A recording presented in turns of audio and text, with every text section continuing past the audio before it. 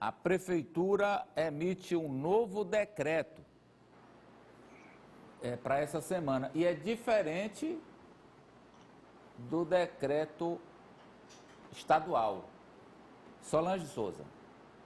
O novo decreto da Prefeitura estabelece o horário de funcionamento do comércio a partir de hoje, dia 14, até o dia 18 de abril. A principal mudança é que o comércio está autorizado a funcionar por 9 horas. As lojas ficam abertas na sexta-feira, dia 16. Não é decreto de confronto, foi uma análise, um melhoramento em relação ao decreto do governador.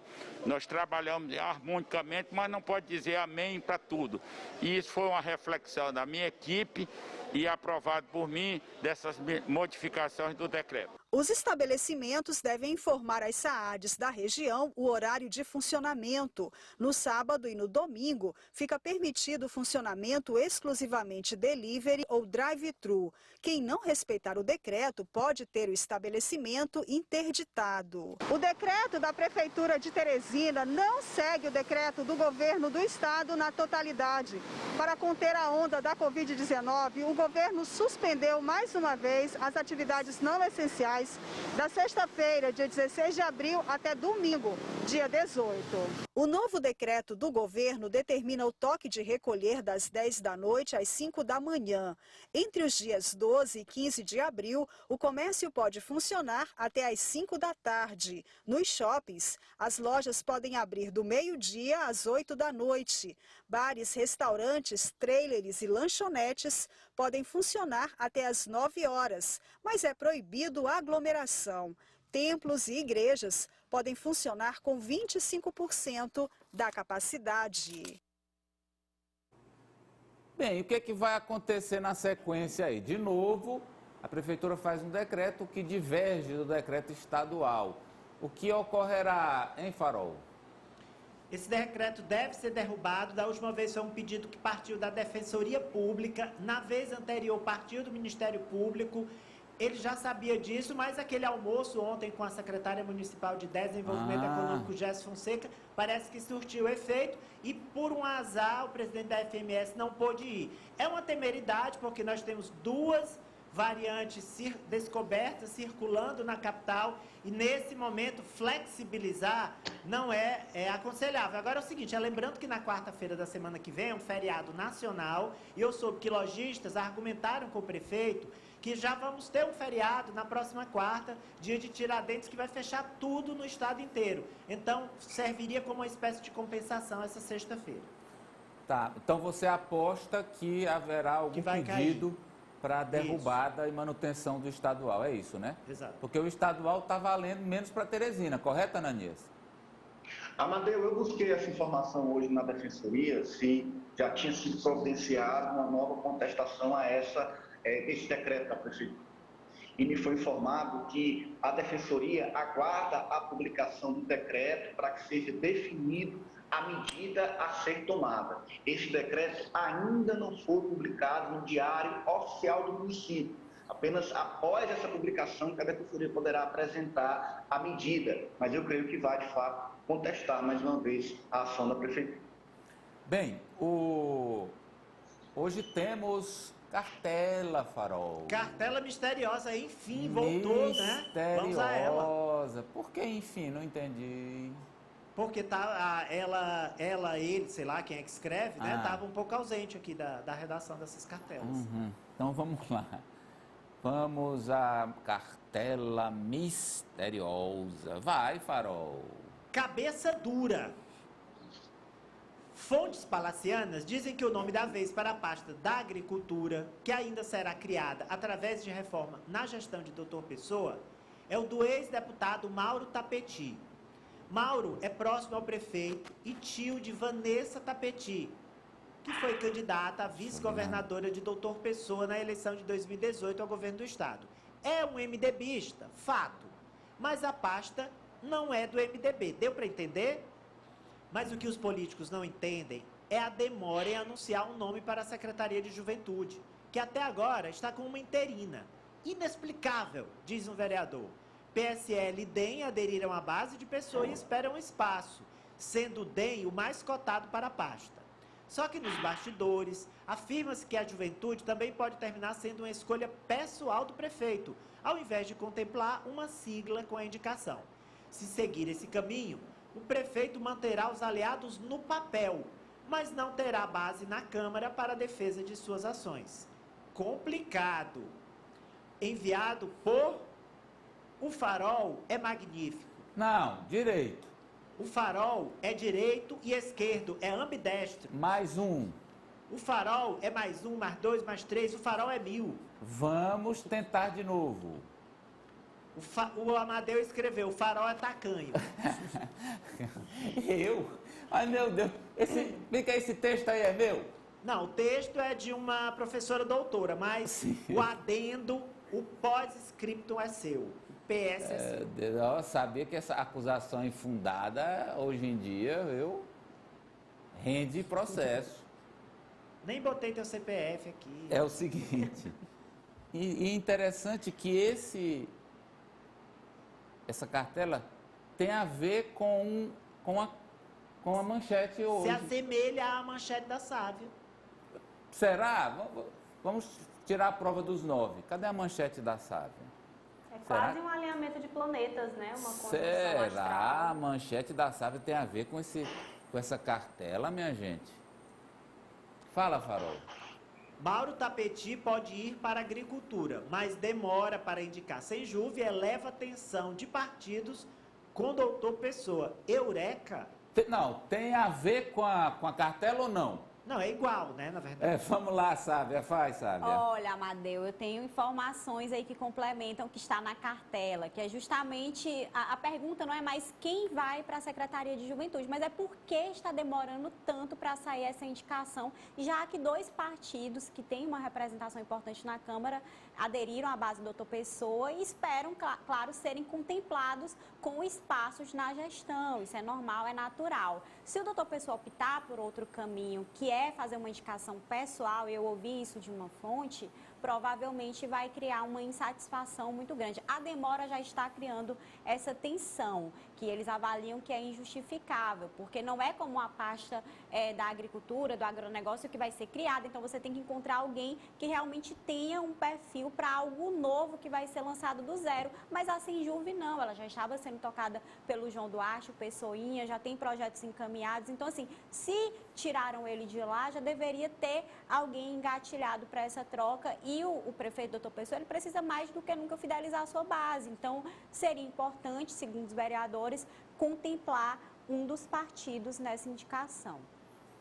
E o Mauro é o nome da vez, né? Falta só a confirmação de fato. Que eu não entendi isso. O Mauro é do MDB, mas não é do MDB. Eu não entendi mais nada. Ele é do MDB, mas a pasta não é do MDB, porque quando o doutor Pessoa puder, for o momento mais adequado, ele vai deixar o MDB. E as siglas, os políticos que ocupam pastas e que são do MDB, o doutor Pessoa, de certa forma, faz um esvaziamento, como ele está fazendo agora com a secretaria que cuida da zona rural, que é o doutor Ricardo. Ele tira um pouco, de certa forma, as atribuições para criar essa outra pasta. Então, é um pouco complicado, é um pouco E se reconcilia com a Vanessa Tapeti, né? Porque ela estava um pouco magoada com o prefeito, ela que foi vice dele, muito próxima dele, e não havia sido lembrada na gestão, então o tio, de quem ela é muito próxima, talvez promova essa reconciliação. A Solange ouviu o doutor Pessoa sobre a história da reforma administrativa e tal, e aquele negócio do grupo de oposição na Câmara. O prefeito disse o seguinte: hoje eu dou a olhada final dessa reforma. É uma continuidade, nós fizemos uma pequena reforma e estão dando continuidade para melhorar ainda esse andar. Na política, o poder executivo, o poder legislativo deve andar harmônica e sempre criando alguma coisinha em benefício da sociedade, do povo de Teresina. Ninguém quer confronto com a Câmara, muito pelo contrário. É nossos parceiros para cuidar de Teresina. Então, quando a gente pensa no mesmo sentido, com os mesmos objetivos, que é cuidar do povo, e principalmente nesse momento de pandemia, eu tenho certeza que não haverá confronto entre o Poder Executivo e o Poder Legislativo. então, Sávia, Não, como a gente apontou aqui outras vezes, a reforma vai ser aprovada, o doutor Pessoa tem número para isso. Agora, o que vai acontecer são críticas pontuais. Mas e aquela oposição que a senhora está articulando? Vai ser lançada, vai ser lançada. A senhora e o Ananias estão... É o Ari que trouxe, o né, Ari também. Então Foi são o três. vereador que avisou que será São feito três. o blocão. São PDT 3, PP 3, PSDB 4, três. esses 10 vereadores vão formar um blocão de Os oposição. três estão conspirando. Sávia, Ananias e Ari. Não sei se eu boto a Poliana nessa conspiração também. Não me bote nesse foguete aí não, que estão amarrando e lançando, não. Não, a Poliana não. Agora, você sabe, preste atenção, a Solange entrevistou um vereador, viu, Ari? Sim. Eu acho que a sua bancada que você está montando da oposição vai ser forte. Olha o que disse um vereador que tem mandato, já de mandatos na Câmara. 3 mandatos, parece. Olha o que ele falou aí. E ele estava com o Kleber. Ele tem oposição na Câmara? Não acredito que não tem a oposição. Porque quando você tem oposição é quando você está fazendo algo que é impopular, é algo que vem de encontro à população, e até hoje não.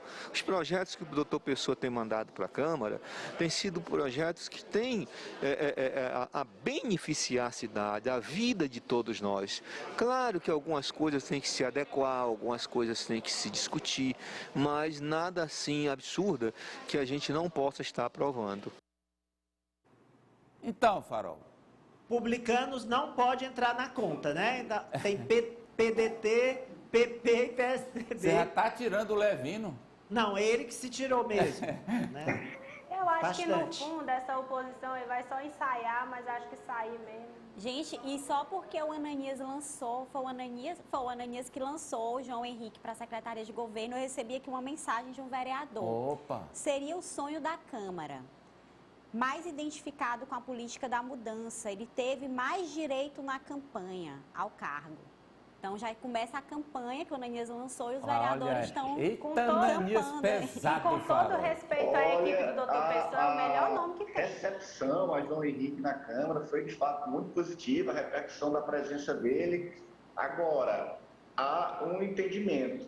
Robert Rios e doutor Pessoa não vão deixar.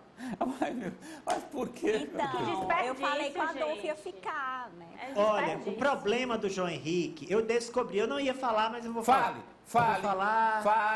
Fale. É o seguinte, é porque o João Henrique, ele diz não ao doutor Pessoa quando ele acha que ele está tomando uma atitude inesperada. E o doutor coisa Pessoa sem não gosta, graça. se Ele aborrece, gosta de gente entendeu? passando a mão na cabeça, Ele diz, olha, Ah. não é assim, o caminho não é esse, pessoal. Vamos por esse lado, vamos fazer isso, com toda a experiência que ele tem. E o doutor Pessoa se melindra. Mas eu Ari. acredito que o doutor Pessoa já percebeu que é para o bem da gestão. Ari, que brincadeira sem graça é essa? Não.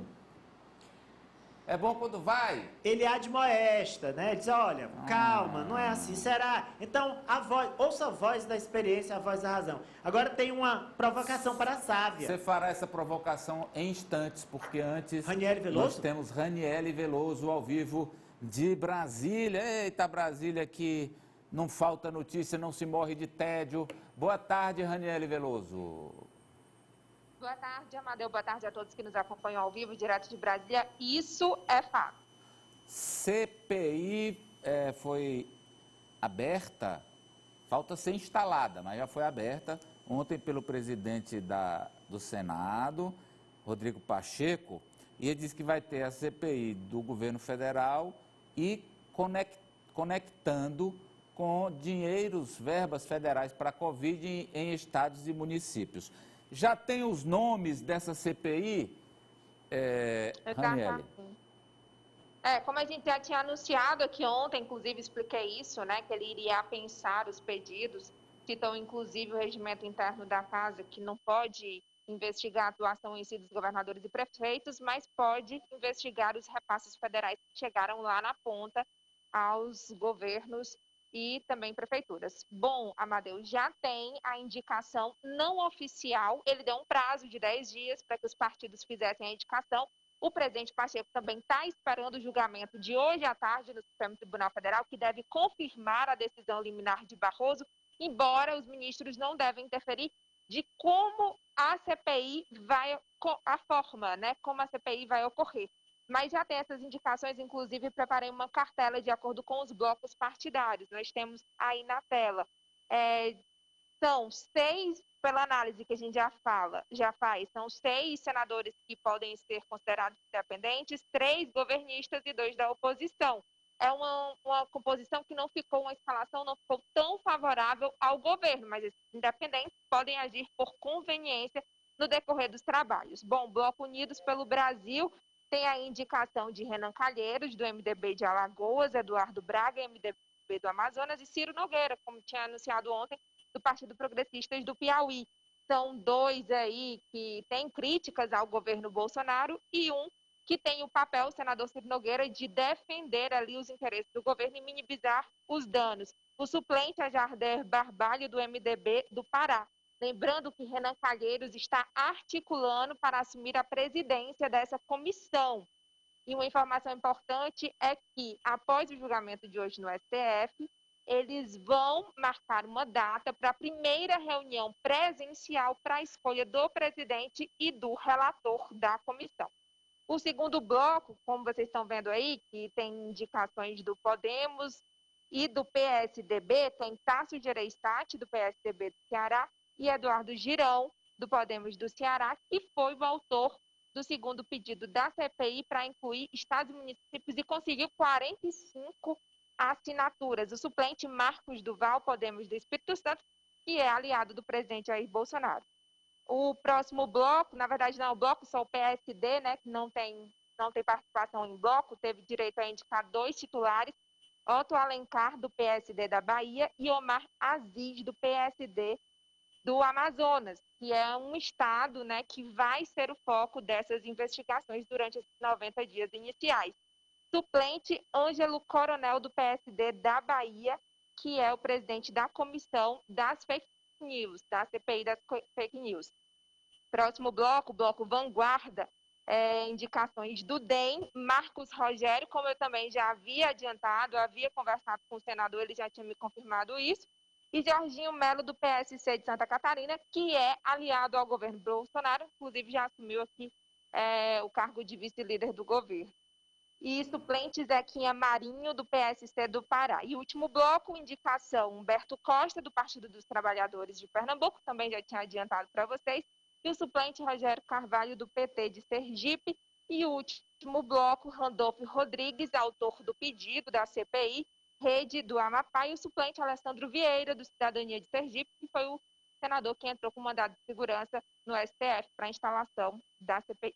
Mais uma pergunta sobre a CPI, Raniele. O governo está articulando para que ela só seja instalada, só comece, depois que os casos de Covid forem reduzidos. Essa articulação vai prosperar? A articulação que já começou na sessão de ontem pelo líder do governo no Congresso, Eduardo Gomes, do MDB do Tocantins. Ele se pronunciou, inclusive gravou um vídeo para a gente tem a fala dele dizendo que a comissão só pode funcionar quando todos estiverem vacinados. E aí o senador Randolfo Rodrigues, ele entrou aí nessa questão dizendo que se esse for o impedimento, a CPI vai ficar só para 2022, em um ano eleitoral, que disputas regionais podem entrar aí na comissão, que não seria bom.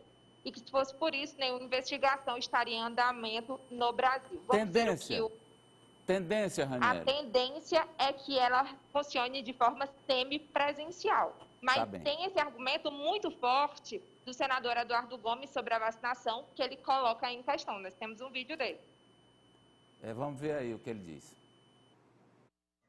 A ampliação do escopo da CPI é uma consequência natural, embora todas as informações estejam preservadas pelos órgãos de controle. O grande ponto dessa CPI, seja qual for a sua amplitude, é a questão sanitária. Não é possível fazer uma CPI presencial sem a imunização de todos aqueles que participarão da CPI. Por isso a nossa questão de ordem. Nós entendemos que jornalistas, colaboradores, senadores que venham trabalhar presencialmente nesse momento na CPI, que estejam imunizados. e que esse escopo seja amplo o quanto for necessário para maior transparência com relação ao investimento e à fiscalização dos recursos da saúde. O governo usando todas as estratégias, e esse é um ponto muito fraco, que a gente está realmente num contexto de pandemia e no momento pior. Obrigado, Raniele. A Raniele ainda volta com informações de Brasília no Jogo do Poder. Deixa eu dar um recado para você. Chegou a nova coleção de calçados da Noroeste. Olha,